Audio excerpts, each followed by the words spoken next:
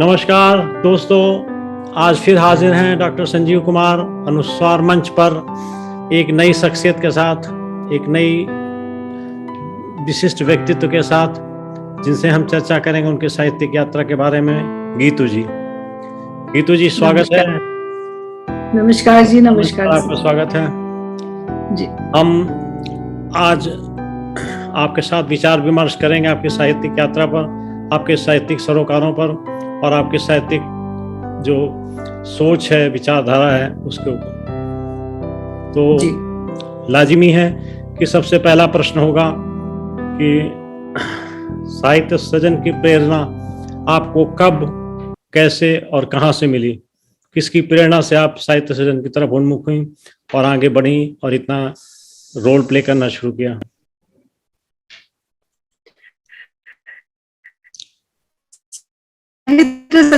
प्रेरणा तो कि मुझे चित्रा मुदगल जी के दो साहित्य से लगा मेरा बचपन से था।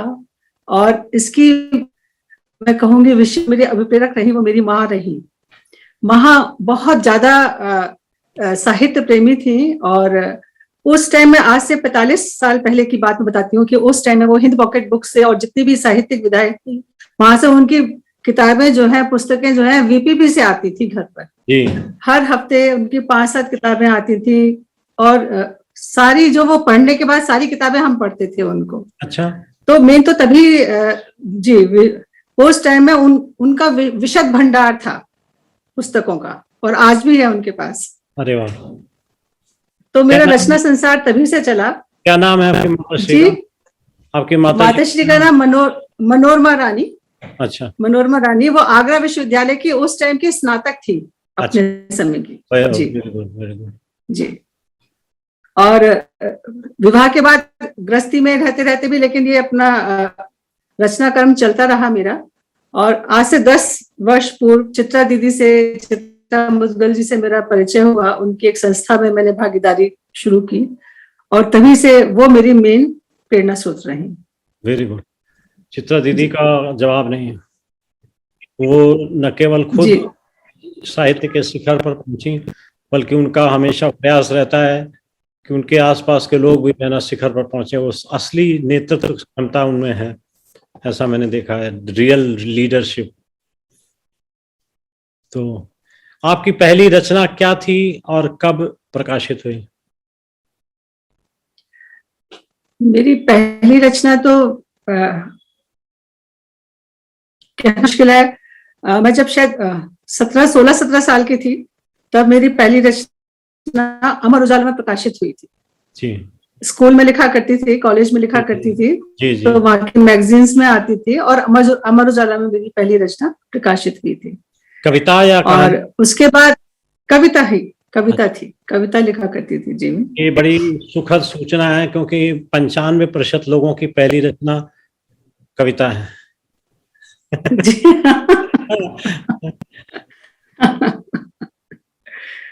दरअसल भाव प्रेषित करने में शायद कविता का माध्यम ज्यादा सुलभ लगता है सब। जी जी। ठीक है। तो आपको याद है वो कविता या नहीं? वो थोड़ी सी बचकानी कविता थी, कोई इतनी खास नहीं थी, मौसम के ऊपर लिखी हुई थी। नहीं, देखिए, बचकानी चीज ही खास होती है। अगर बढ़ती हुई उम्र के साथ बचपना लौटता रहे तो आदमी जवान रहता है, आदमी चेतना युक्त रहता है, आदमी गतिशील रहता है। इसलिए ये मत सोचिए कि वो बालपने की कविता थी। यदि आपको याद हो तो मुझे जरूर सुनाइए कुछ लाइनें ही से। मैं उसको अभी थोड़ा सा ढूंढ के फिर आपको सुनाती हूँ उसको। जी। तो कविता के क्षेत्र में जो आपने कदम रखा, तो किसी दूसरी विधा की तरफ आपका दिमाग नहीं गया, मन नहीं हुआ, या प्रयास किया? नहीं, मैं कुछ कहानियां भी लिखती हूँ, कुछ लिखती हूँ। जी जी। और राजनीतिक उठापटक भी मेरे को बहुत दिलित करती है। अच्छा। उसके ऊपर भी मैं कभी थोड़ा थोड़ा कुछ लिखती हूँ। जी। वो भी मुझे थोड़ी सी विधा बहुत उद्वेलित करती है। तो वो व्यंग्यात्मक लिखती हैं या आलेख के रूप में? आलेख रहता है, व्यंग्यात्मक भी मेरी भाषा हो जाती है उसके अंदर। जी जी। तो इस प्रकार से आप कविता, कहानी और व्यंग 3 विधाओं जी में आपने अपनी साहित्यिक यात्रा रखी हुई। बहुत जी। सुंदर।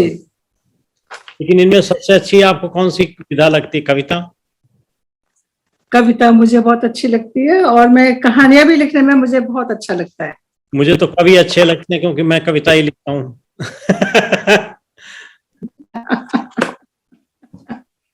आप तो हर विधा के माहिर हैं संजीव जी। अरे आप इतना कैसे जानती हैं हमारे आप बारे में? तो, मुझे चित्रा दीदी ने बहुत कुछ बताया था आपके बारे में। अच्छा। हाँ, चित्रा दीदी बहुत आपकी बहुत प्रशंसा करती हैं और मुझे बहुत बताती भी रहती हैं। जी और जो चित्रा दीदी की खास बात यह है कि वो हम जैसे जो आगे साहित्य में बढ़ने का प्रयास करते हैं, बहुत ज्यादा साहित्य से प्रेम करना सिखाती हैं।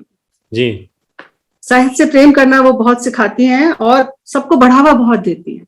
जी और जितनी भी अच्छी राइटिंग्स होती हैं, जो अच्छे लेख होते हैं, लेखक होते हैं, उनके बारे में कहते हैं कि आप जानिए, इनका साहित्य पढ़िए तो आप जीवन को अच्छी तरह से समझ पाएंगे। ये उनका एक मूल मंत्र रहता है। जी। तो जी, आपकी प्रकाशित रचना, मेरा मतलब पुस्तक कौन सी है?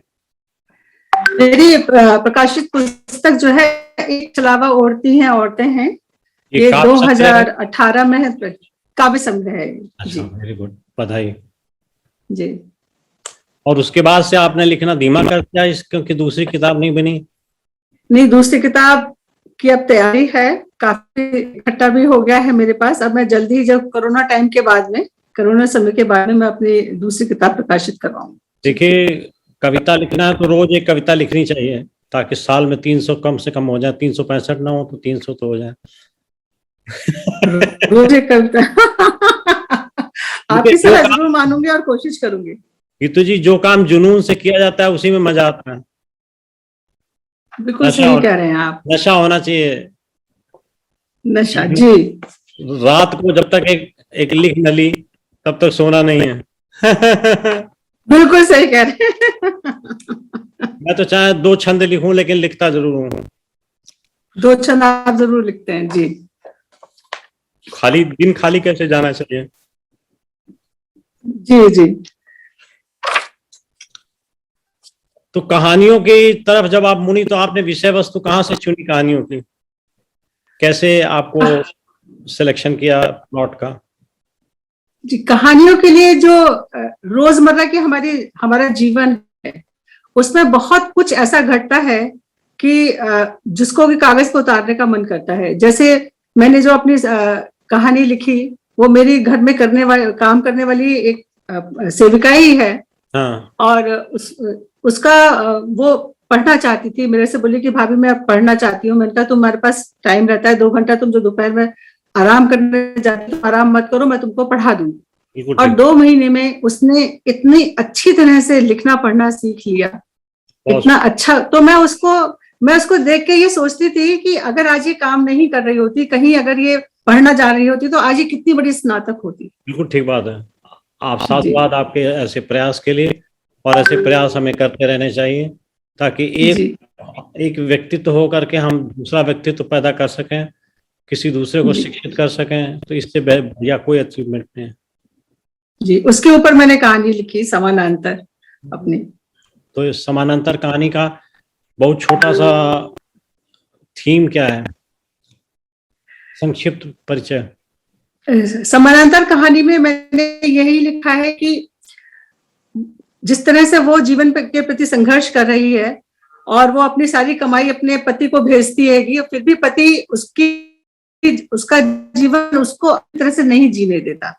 उसने उसको मशीन बना, ऐसा जमा। इसी तरह से जो एक गृहस्थ औरत है, एक महिला है, वो भी अपना पूरा जीवन निकाल देती है, लेकिन कहीं भी उसकी पहचान नहीं बन पाती। तो समानांतर जैसे नदी के 2 किनारे होते हैं, जो समानांतर ही चलते हैं। जीवन यात्रा चाहे एक अभिजात्य वर्ग की है, चाहे एक निम्न वर्ग की है, उनकी जीवन यात्रा समांतर ही है। आगे चलकर वो अपने जीवन में एक निर्णय लेती हैं अपनी खुददारी को आगे बढ़ाने के लिए, और उसी पर वो चलती है। तो मैंने इसलिए उसका शीर्षक लिखा समानांतर। बहुत सुंदर। जी कविताएं जो आप लिखती हैं, वो जी। किस रस में होती हैं, श्रृंगार में, करुण रस में, वात्सल्य में, या वीर रस में? मेरी कविताएं वात्सल्य में, करुण में और वीर रस में तो नहीं लिखा मैंने, इसमें ज्यादा होती हैं और प्रेम में भी होती हैं, प्रेम के प्रति भी आकर्षित होती हूँ, और जो रोजमर्रा की जिंदगी है वो भी मेरे को लिखने के लिए प्रेरित करती है। जैसे मैंने अपना एक कविता लिखी थी जो चित्रा दीदी को बेहद पसंद थी।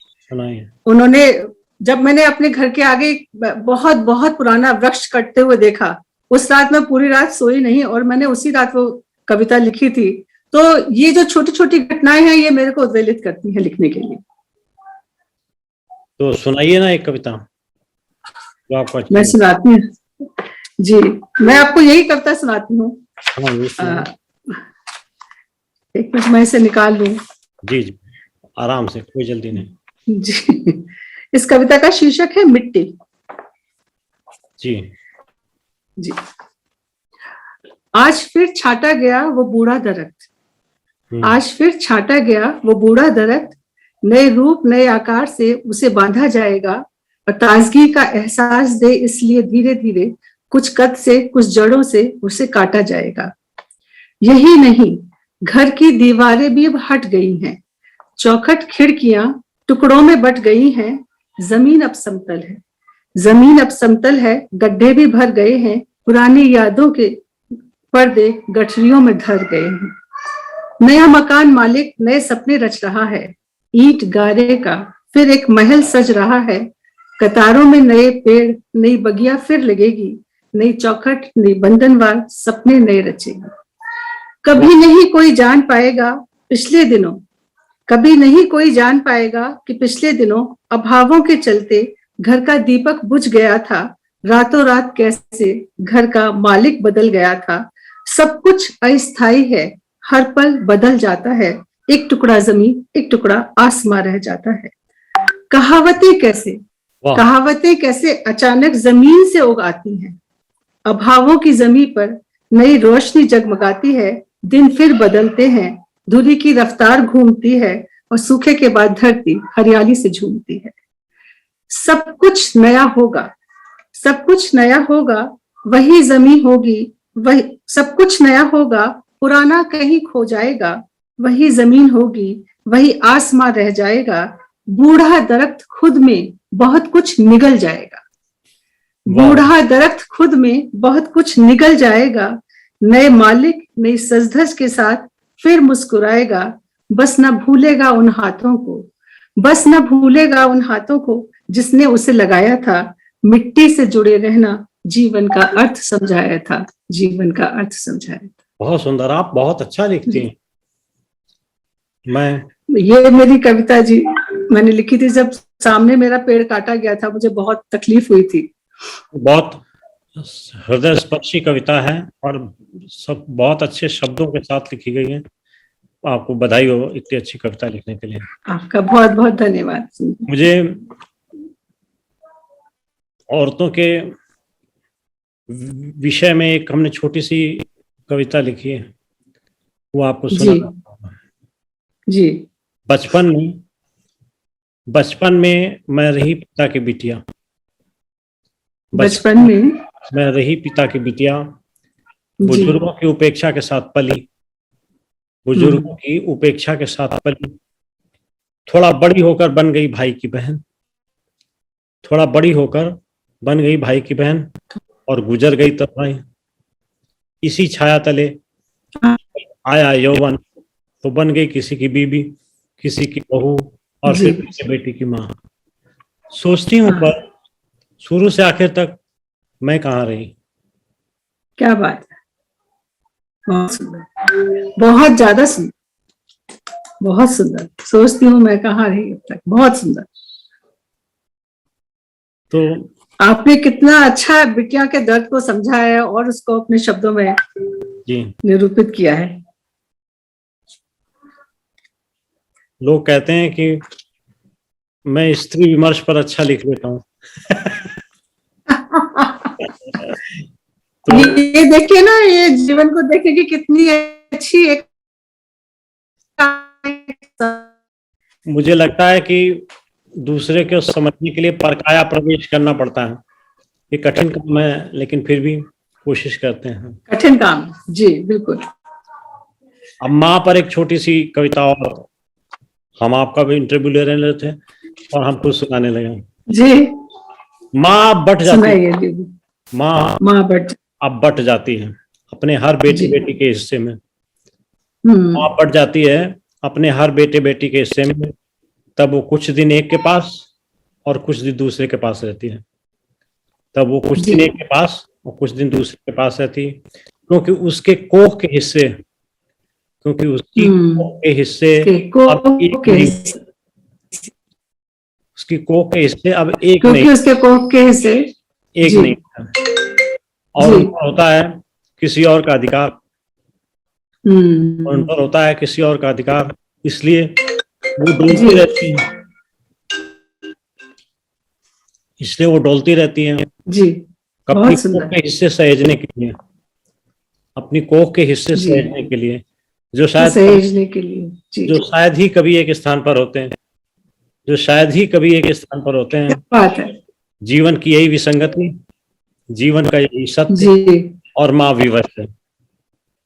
बहुत सुंदर, बहुत ज्यादा सुंदर। तो अब एक कविता आप और सुनाइए बढ़िया सी, जो आपको खूब अच्छी लगती हो। मैं माँ के ऊपर एक छोटी सी कविता सुनाऊं? किस कोई भी, जी। हमें तो आपकी शैली और भाषा बहुत पसंद आई। मैं एक सेकंड में निकाल लूं कविता। जी। बिल्कुल माँ के ऊपर, या एक माँ के ऊपर एक दूसरी कविता सुना देती हूँ। कोई नहीं, जो आपको पसंद हो। जी। ये है मैंने अभी कोरोना टाइम के अंदर, जीवन वैसे ही बहुत उदास था, सब कुछ था, तो एक दिन मैं अपनी ऐसे जा रही, फ्लाईओवर के ऊपर से जा रही थी, तो गुलमोहर चारों तरफ खिले हुए दिख रहे थे। उनको देख के बड़ा जी अंदर से खुश हुआ। जी। और उदासी में जैसे कहते हैं ना, हर चीज की अति जब हो जाती है तो अंदर से मन अपने आप ही उस चीज को छोड़ने लगता है। उस समय मैंने ये कविता लिखी थी, इसका शीर्षक है नया चांद। बहुत सुंदर, बताएं। सरकाती हूँ उम्र की दहलीज को, सरकाती हूँ उम्र की दहलीज को, चौखट वक्त की थाम लेती हूँ, खिलता है गुलमोहर जब भी, रंगों के ढेर सपने बांध लेती हूँ। वाह। सजाती हूँ फूल बोगनवेलिया के, सजाती हूँ फूल बोगनवेलिया तो कभी भी खिला हुआ होता है, सजाती हूँ फूल बोगनवेलिया के, बेला खिलने का इंतजार करती हूँ, और थाम के हथेली नन्हे बचपन की, तितली सी हल्की उड़ान भरती हूँ। वाह वाह वाह, क्या बात। करती हूँ अर्चना जब ठाकुर की, करती हूँ अर्चना जब ठाकुर की, चंदनी अगरबत्ती से महक जाती हूँ, करती हूँ अर्चना जब ठाकुर की, चंदनी अगरबत्ती से महक जाती हूँ, और गूंथ के फूल माला में दुआओं के, दरवाजे पे बंधनवार सी टंग जाती हूँ। वाह वाह वाह, क्या बात। आगे सुनिए। धुंधलाती आंखों पे चश्मे चढ़ाती हूँ, धुंधलाती आंखों पे चश्मे चढ़ाती हूँ, सपनों के आंचल को भरपूर फहराती हूँ, और खट्टी मीठी यादों की एक सीढ़ी बनाकर आसमां की चांद उगाती हूँ। वाह, क्या बात। गीत गुनगुनाती हूँ, जी। सांसों के सरगम पर गीत गुनगुनाती हूँ, बिन सावन भी मल्हार सी बरस जाती हूँ, और काया के बजरे को गंगा की लहरों पर, काया के बजरे को गंगा की लहरों पर संझा के दीपक सा रोज झिलमिलाती हूँ। वाह वाह वाह, क्या रोज झिलमिलाती, क्या लिखा। अरे आप तो रोज एक कविता नहीं, 2 कविता लिखा करो, इतनी अच्छी अच्छी लिखते हो आप। जरूर जरूर, आपका कहना जरूर मान के प्रयास करूंगी लिखने के लिए। चाहे खराबी लिखी जाए, लेकिन लिखना जरूर है। 4 लाइन की लिखो, लेकिन लिखना जरूर। ठीक है, जरूर लिखूंगी।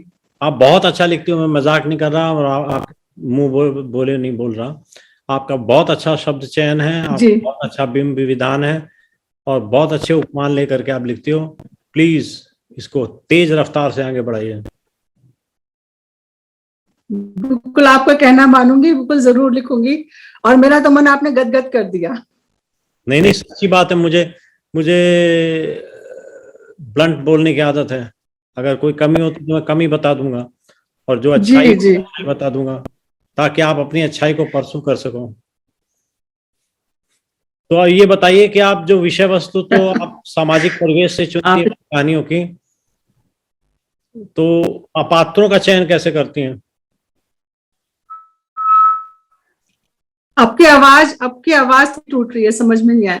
हाँ, जी मैं ये कह रहा हूँ कि विषय जी वस्तु आप सामाजिक परिवेश से चयन कर लेती हो, जी जी। और पात्रों का चयन कैसे करती हो, कितने सच्चे और कितने काल्पनिक? पात्र तो सच कहूं तो सच ही होते हैं। अच्छा। उनका परिवेश चेंज, हाँ, उनका उनका कलेवर चेंज हो जाता है, लेकिन पात्र तो मेरे वास्तविक ही होते हैं, वेरी गुड, बहुत अच्छा। काल्पनिक नहीं होते। जी। पात्र अक्सर मेरे हमेशा ही बिल्कुल वास्तविक ही होते हैं। ये बहुत अच्छा है, इससे आपकी कहानी यथार्थ के काफी नजदीक रहती है, ऐसा मैं कह सकता हूँ। व्यंग आपने किन विसंगतियों को लेकर के लिखे हैं, कुछ उल्लेख कीजिए। व्यंग व्यंग के अंदर कविताएं तो मुझे ढूंढनी पड़ेंगी मेरे को, लेकिन जैसे आजकल जब कोरोना शुरू ही हुआ था, और जी। मुझे पता नहीं, वैसे मुझे अभी आपसे, क्योंकि हम दोनों ही आपस में बात कर रहे हैं, हाँ, तो बड़े आराम से फ्री। थोड़ा सा राजनीतिक परिवेश के अंदर जो आजकल थोड़ी कलाकारी होती है, उसको लेकर मुझे थोड़ा सा तकलीफ होती है। और कभी कभी छोटे छोटे मैं फेसबुक पे भी डाल दिया करती हूँ, कोई अगर चीज मुझे विचलित करती है तो मैं निर्भय होकर डाल दिया करती हूँ अपने विचार उसके ऊपर। वाह। जी। तो आपको कभी दुविधा नहीं लगी किसी ऐसे विचार में कि लिखूं कि ना लिखूं? हाँ, थोड़ा कभी कभी लगा मुझे कि सोशल मीडिया है, हो सकता है मेरे पे आक्षेप आ जाए इस चीज के, लेकिन फिर लगा कि डर के जीना है तो क्या जीना है। वाह, क्या बात है। जी ये हुई ना सच्चे मन की बात। जी, सच्चे मन की बात तो यही है। हम्म। तो व्यंग के बारे में आपकी समझ में अभी तक किसको आदर्श बनाया आपने? मुझे आदर्श तो मैंने शायद इतना ज्यादा पढ़ा नहीं है अभी, हो सकता है और भी ज्यादा बहुत लोग हों, पर प्रेम जन्म जी मुझे काफी अच्छे लगते हैं लिखने में, मतलब उनका मुझे पढ़ने में व्यंग मजा आता है बहुत। जी। अच्छा जी, एक बार वो हमारी इसमें चेतना भाई की उसमें भी आए थे, उनका उसके ऊपर भी हमने पढ़ा भी था उनका काफी, और अच्छा चुटीला व्यंग लिखते हैं। अरे, व्यंग यात्रा चला रहे हैं 28 साल से। हाँ, व्यंग्यात्रा उनका, उनकी मेरे पास मैगजीन आती है, मैंने उसका आजीवन वो ले रखा है। उनको तो व्यंग पुरुष का पुरस्कार मिलना चाहिए। जी जी, उनका व्यंग चुटीले होते हैं और बहुत बहुत मजा देते हैं पढ़ने ज्ञान में। चतुर्वेदी को पढ़ा आपने? ज्ञान चतुर्वेदी को पढ़ा है, ज्ञान चतुर्वेदी की किताबें पढ़ी है जी। क्या अच्छा लगता है ज्ञान चतुर्वेदी की किताब? उनका ज्ञान चतुर्वेदी जिस तरह से बात उनकी कुल एकदम से सटीक और बिल्कुल विषय वस्तु पे चोट करती हुई आती है, वो चीज मुझे उनकी बहुत अच्छी लगती ओके। आपने है। पुराने पुरोधाओं के बारे में नहीं पढ़ा? हर्षशंकर परसाई, शरद जोशी? शरद जोशी को भी पढ़ा है मैंने, परदेसाई जी को भी पढ़ा है मैंने, परसाई उनको भी पढ़ा है, लेकिन अभी एकदम से उनकी रचना मुझे कलेक्ट नहीं हो पा रही है, लेकिन मैंने पढ़ा है उनको। हाँ। लेकिन जी। चित्रा जी तो कहानियां और उपन्यास ज्यादा लिखती हैं। चित्रा जी से जब से संपर्क हुआ, पहले मैंने उनकी काफी कहानी किताबें और उपन्यास भी पढ़े, मेरे ख्याल से उनकी सभी बुक पढ़ी हुई, मैंने किताबें उनकी सभी पढ़ी हुई हैं। और उनका जो लेखन है उनका इसलिए प्रभावित करता है कि वो मन में गहरे उतरकर विचारों की विवेचना करती हैं और सीधे मर्म पे चोट करती हैं। ये तो है। जैसे उनकी नाला सुपारा थी, नाला सुपारा पढ़ के तो मैंने समाज के अंदर हम लोगों में ही अपनी उन्होंने एक जिसलिए लिखा था कि हमारी एक दृष्टि चेंज हो उनके थर्ड जेंडर के प्रति, तो वो वाकई में सही है, वो चेंज हुई है, काफी हम लोग की चेंज हुई है इस बात में लेकर। चुटीला उनका जो लेखन है वो सीधा एकदम से वार करता है मन के ऊपर। बहुत सुंदर। जी। हमने सबकी किताबें छापी हैं अभी। चित्रा जी की किताब वो अब समापन करने की ओर बढ़ रही हैं, तो जी उनकी किताब अभी छापना है। अभी वो जो उनकी नक्टोरा आ रही है। आप देखिए कौन सी किताब बनाते हैं, कह रहे संजीव तेरे लिए किताब बना रहे हैं। जी जी जी। और वो तो कविता भी बहुत अच्छा लिखती हैं। हाँ, कविता भी बहुत अच्छी लिखती हैं। ये एक दिन उनका भी इंटरव्यू करूंगा इसी हफ्ते। जी जी। बाकी सूर्य उनकी, बालाजी का, जी ममता उन्हीं कालिया का, वो सब तो का, कर चुका हूं। ममता कालिया आपकी- जी और चित्रा दीदी वगैरह सब लोग। हम्म, जी, आपकी आवाज। जी, आप कुछ कह रही थी।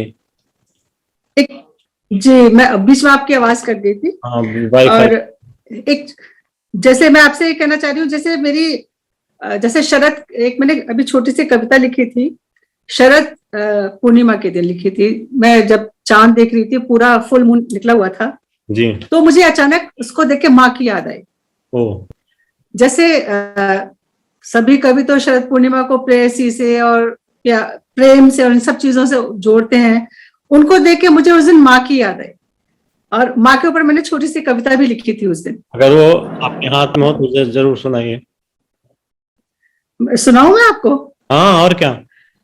अच्छा, ये लिखा मैंने संजीव जी। शरद की चांदनी और तुम्हारी याद, वाह। शरद की चांदनी और तुम्हारी याद, दूध की कटोरी ले उतरी हौले से पास, तेरे आंचल का झूला थपक गया लोरी सा, नरम हाथों ने सहराया सपनों की डोरी सा। जीवन की सांस दे जब धरा पर उतारा था, जीवन की सांस दे जब धरा पर उतारा था, कानों में मेरी पहचान का एक नाम गुनगुनाया था, तेरी वही गर्माहट जीने का जोश जगाती है, और थमा के आस की डोरी हौले से आगे बढ़ती है। संघर्षों की उम्र की पगडंडी को जब खूब थकाती है, शरद की पूर्णिमा ठंडक बन चांदनी सी बिछ जाती है, तेरी याद हौले से यूं ही चली आती है, यूं ही बहुत चली सुंदर, आती बहुत ही सुंदर कविता है। आप में बहुत प्रतिभा है, है। अपनी प्रतिभा को जाया मत कीजिए। मैं फिर से कहता हूँ कि रोज एक जी, लिखिए, कम से कम एक कविता लिखिए। रोज एक कविता लिखूंगी। जी जी, जरूर जरूर लिखूंगी, अवश्य लिखूंगी। आपका बहुत बहुत आशीर्वाद है, जरूर लिखूंगी। मैं तो दोगुनी बात, दोहरी बात कह रहा हूँ। एक तो आपको लिखने की प्रेरणा दे रहा हूँ, और दूसरी जब लिखने की प्रेरणा दे रहा हूँ तो प्रकाशन करने का जिम्मेदारी मेरी हो जाएगी। तो मैं अपनी बिल्कुल। जिम्मेदारी समझ के बोल रहा हूँ। बिल्कुल फिर ठीक है, मैं अब दूसरी अपनी जो किताब है वो जल्दी तो तैयार आप ही के कीजिए, द्वारा प्रकाशित हो, वो तो मेरा सौभाग्य होगा। जल्दी जल्दी तैयार कीजिए। हम तो 2 महीने में एक जी, काव्य संग्रह तैयार कर लेते हैं। काव्य संग्रह तैयार है संजीव जी, उसमें करीब मेरी 50-55 कविताएं इकट्ठी हैं मेरे पास, और मैं सोचती हूँ 10-15 और उसमें हो जाए तो मैं उसको फिर तैयारी करूँ उसको देने के लिए। 100 पेज हो जाए बस। हाँ, 100 पेज से तो ज्यादा ही हो जाएंगे। हाँ, मैं तो 100 पेज, 104 पेज मिनिमम चाहिए होते हैं, तब सप्लाई जी में जी, ठीक है। के ऊपर सेट होती है। अनुवाद किया है आपने कभी, या अनुवाद की दुनिया में कदम रखा? अनुवाद की दुनिया में कदम नहीं रखा। ठीक है। जी, लघु कथाएं लिखी? लघु कथाएं लिखी हैं। Very good. जी, तो ऐसा करिए कि लघु कथाओं का एक 4-5 छोटी छोटी कथाओं का एक बंच भेजिए मुझे। ठीक है, तो आपके मेल पे भेजूंगी। नहीं, पीडीएफ में भेज दीजिए, या व्हाट्सएप पे भेज दीजिए, तो मैं इस बार की अनुस्वार में शामिल करूंगा। आपको पता है अच्छा, अनुस्वार के बारे में? हाँ जी जी जी। तो मैं अनुस्वार में शामिल करूंगा, उसका अंक जा रहा है, तो 1-2 दिन में। अच्छा, ठीक है, मैं अपनी 4 लघु कथाएं भेज देती हूँ आपको। और जी, 2-3 कविताएं भी भेज दीजिएगा, ठीक देखेंगे। है, दोनों दे सकते होंगे तो दोनों देंगे, नहीं तो एक तो देंगे। ठीक है, ठीक है। माँ वाली कविता जी, जरूर लिखिए उसमें। माँ शरद। वाली, शरद पूर्णिमा वाली, जी हाँ जी, जरूर। है ना। ठीक है। माँ के ऊपर तो मैंने बहुत सारी कविताएं लिखी हुई हैं, कभी अगर हुआ तो मैं पूरा एक अंक ही उसके ऊपर निकलवाना चाहूंगी अपनी किताब का। आप माँ से ज्यादा जुड़ी हुई हैं पिता की तुलना में। नहीं, पिता तो मेरे जीवन का बहुत बड़े प्रेरणा स्रोत थे। सारा और इतना जीवन उन्होंने डिसिप्लिन हमारा रखा, इतना अनुशासन था उनके समय में। और माँ साहित्य से जुड़ी थी, पिता एडवोकेट थे और उत्तर प्रदेश के अपने समय के वो बार काउंसिल के हेड थे। क्या नाम था? सत्यनारायण एडवोकेट। हाँ, देखिए मेरे पास जी। दो चीजें, साहित्य भी है और मैं एडवोकेट भी हूँ सुप्रीम कोर्ट में। अरे वाह, क्या बात है, क्या बात है। ये तो देखिए, अच्छा फिर ये तो मैं कहती हूँ कि ये कोई समय का ही है, कोई कालखंड ऐसा आया है जिसमें हम मिलना ही था हम लोगों को आपस के अंदर। क्या बात है, मजा आ गया। आप तो बिल्कुल सुन के मेरे को बहुत मजा आ गया, बहुत अच्छा लगा, बहुत ज्यादा अच्छा लगा। और मेरा तो संजीव जी ऐसा है कि आगरा, फिरोजाबाद, ये जो उधर का तबका है पूर्वी उत्तर प्रदेश का, ये साहित्य से बहुत जुड़ा हुआ तबका है उधर का। मैं कानपुर का रहने वाला हूँ, बीच बीच। बस फिर तो आप बस एक ही तरफ की, फिर तो लाइन ही एक तरफ की हो गई। ये तो एक तरफ का ही मुड़ गया। जब फिरोजाबाद में बालकृष्ण गुप्ता जी, उनकी बिटिया जागरण में भी आई हैं, वो सब हमारे पारिवारिक, हम लोग सब मित्रों का परिवार है पूरा एक। बहुत सुंदर। कानपुर में जागरण, उनका भी बहुत अच्छा मतलब संपर्क है उनसे सबसे। मैं सोच रहा हूँ पिता पर एक कविता आपको सुना दूं। जी सुनाई। मिल गई। पिता को मैं बहुत ऊंचा मानता हूँ, माँ को नीचा नहीं मानता, बट पिता को बहुत ऊंचा मानता हूँ जी। क्योंकि पिता जो होते हैं वो शांति के साथ अपना काम करते रहते हैं। तो मैंने देखा कि सब लोगों ने पिता से के बारे में कम लिखा है, तो मैंने भाषा थोड़ी तत्सम है जी, आशा है आपको अच्छी लगेगी। तुम सौम्य गगन, पिता से अर्ज कर रहे हैं, तुम सौम्य गगन, तुम सूर्य सहज, तुम सृष्टिकार, तुम मृदुमलयज, तुम शीत निशिकर, तुम ध्रुव तारक, तुम धैर्य प्रवण, तुम सुख कारक, तुम जीवन के आधार स्तंभ, तुम निर्देशक, तुम शुभारंभ, तुम प्रेमार्णव, तुम सिख किलोल, मेरे अधरों के प्रथम बोल। क्या बात है। तुम प्रथमांगुली जी, प्रथमांगुली, तुम पहला पग, तुम पीड़ा कर, तुम पहला जग, प्रथम संग, तुम अंतरंग, तुम नट तुरंग। नट तुरंग समझे आप? हाँ, नट तुरंग जी। नट तुरंग जो पीठ पे घोड़ा बन के बैठाते हैं, जी जी, नट तुरंग जी। नट तुरंग, तुम राग रंग, तुम मेरे सुखित, तुम त्याग मूर्ति, तुम अथक कर्म, तुम अमर कीर्ति, तुम संचालन, तुम संसाधन, तुम स्रोत, तुम पारगमन, तुम ही अक्षर, तुम वर्ण प्रखर, तुम शब्द रूप, तुम वाक्य सुघर, तुम ही शिक्षा, तुम संस्कार, तुम ही जीवन सब विधि प्रकार, तुम शीर्ष पुरुष, तुम निर्विकार, तुम विश्वरूप, तुम महाकार, तुम मधुर गीत संगीत राग, तुम सकल तीर्थ काशी प्रयाग, तुम अभिनंदन, तुम हृतबंधन, मम नमस्कार, मम आराधन। बहुत सुंदर, बहुत सुंदर।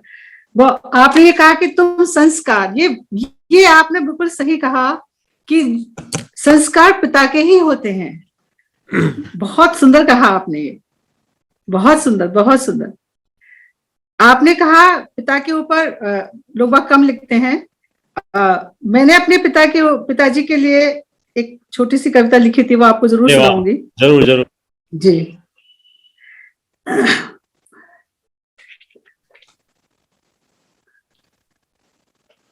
इसका नाम है प्रेरणा जी। एक सूरज वो जो चमकता है जहां के फलक पर, एक सूरज वो जो चमकता है जहां के फलक पर, एक सूरज ये जो अपने आंगन में उगते हुए हमने देखा है।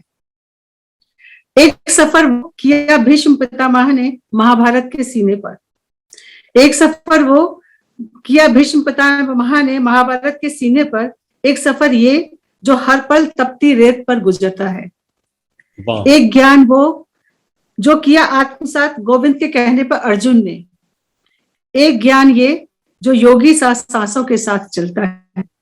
विनती यही उस परम पिता परमेश्वर के चरणों में, रहे आशीर्वाद आपका तपोवन सा हरदम यूं ही, जहां सहराओं में भी जीवन ममता की ठंडी बयार सा गुजरता है, ठंडी बयार सा गुजरता है। बहुत बहुत बहुत बहुत। पिता के गोद में ठंडी बयार ही लगती जी।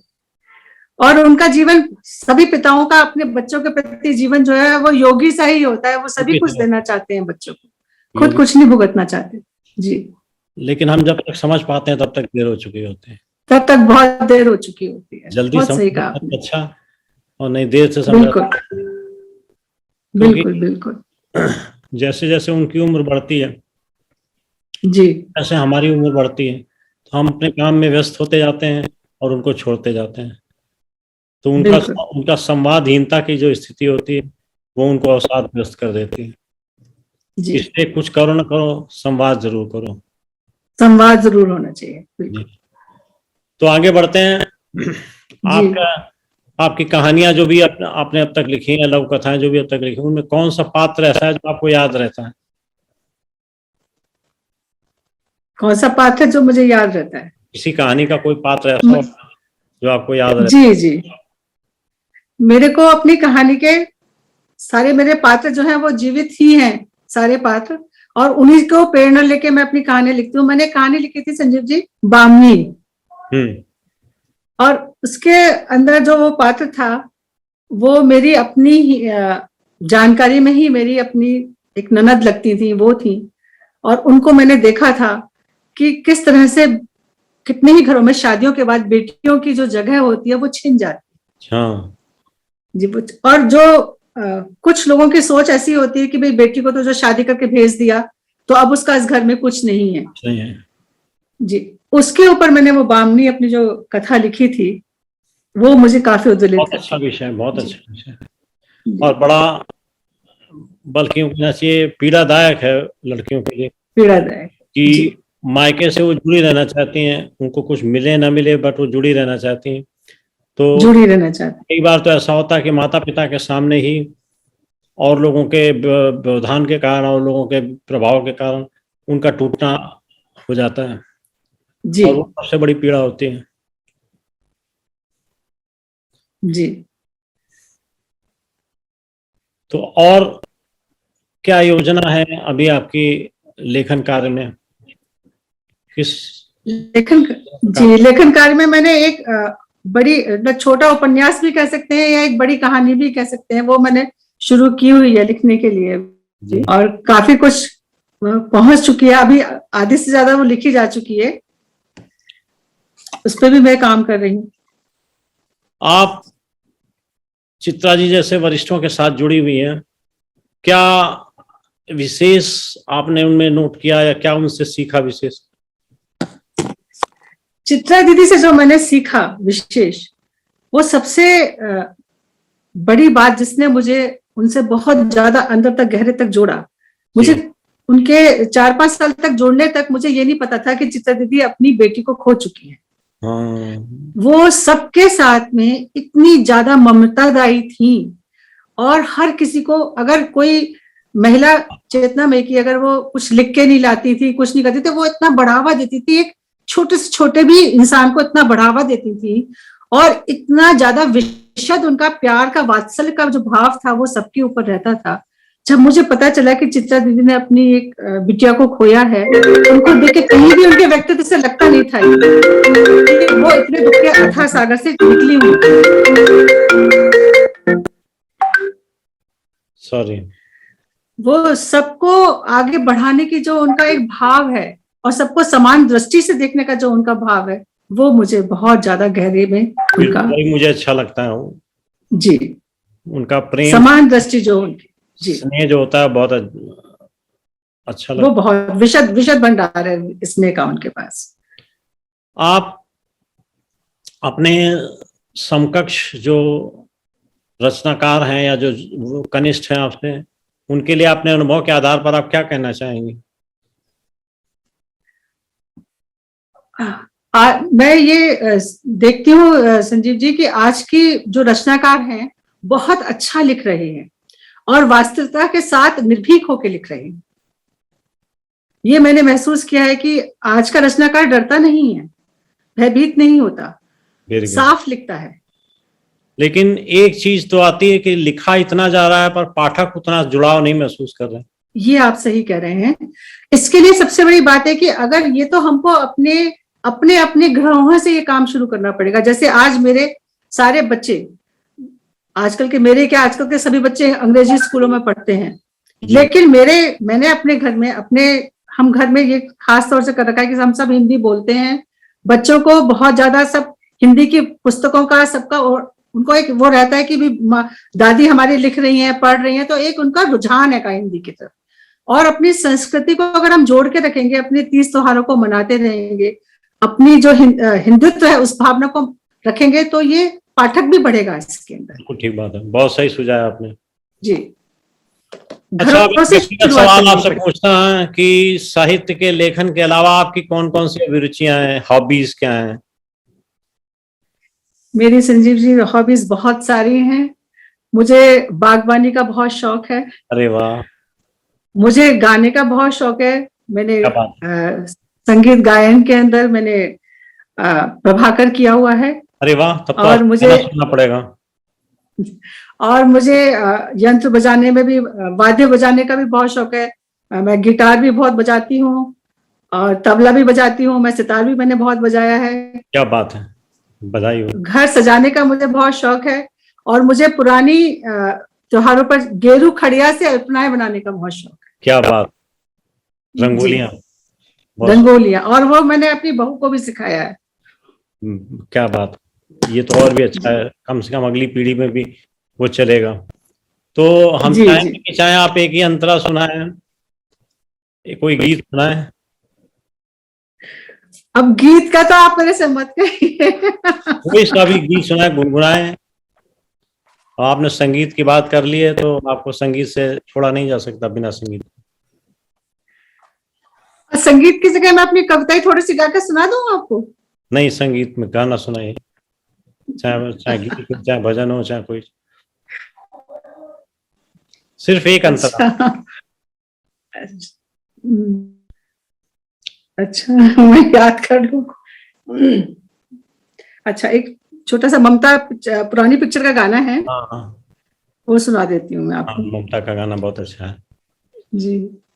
रही न रही हम महका करेंगे, बनके कली बनके सबा बागे वफा में, रही न रही हम।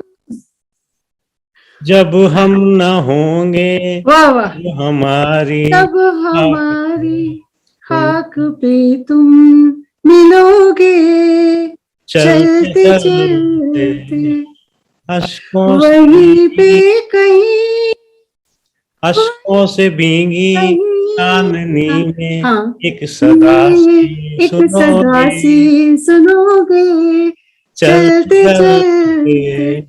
वाह वाह, क्या बात है। वहीं पे कहीं, वहीं पर हम तुमसे मिलेंगे,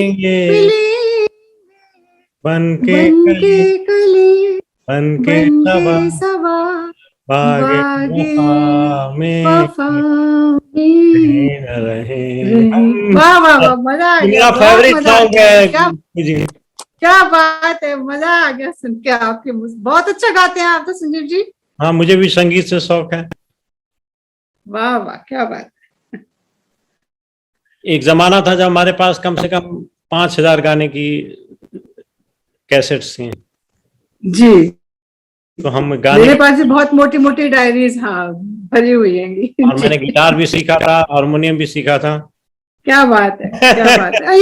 ये आप देखिए ना, वो उधर की ब्रिज की तरफ की जो बेल्ट है ना, वो है ही ऐसी, हरफन मौला। जी जी, हरफन मौला है वो जी।